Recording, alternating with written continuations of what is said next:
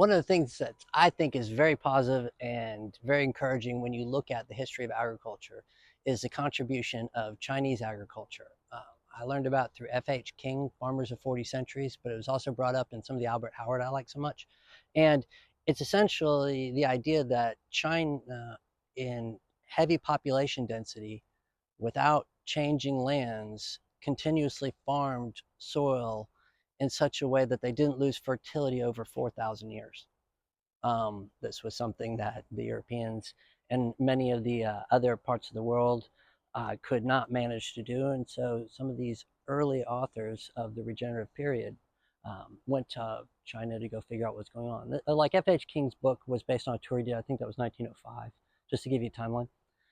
And what he found was that they had a system of canals that connected the population centers to the farm areas. And they would put all of the debris of society, but the countryside and everything else in these canals.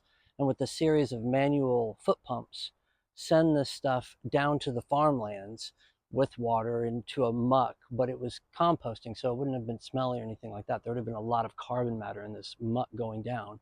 And then at the end of the season, or just whenever, I guess, the water would recede, they would stop the pumps, the debris that was down into the field areas, they would drag onto the fields, and they would compost. And this heavy nitrogen composting debris matter was fantastic fertilizer. And what they could do with, the law of returns is what they were taking off the crops or off the fields, they could just add back to it, so they could do continuous crops that were heavy depletion without having to let the field go fallow or do any other methods that take time to replenish the carbon in the field. They could just use this canal method that was utilizing the waste from the cities, the waste, sending it down to the farmlands where it became processed into fertility.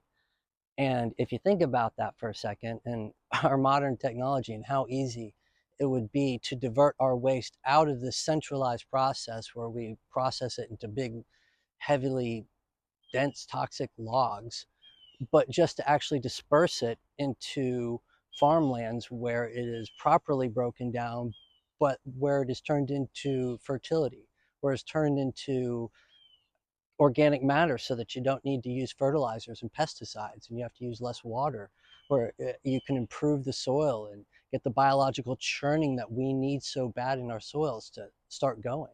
Anyway, thanks y'all.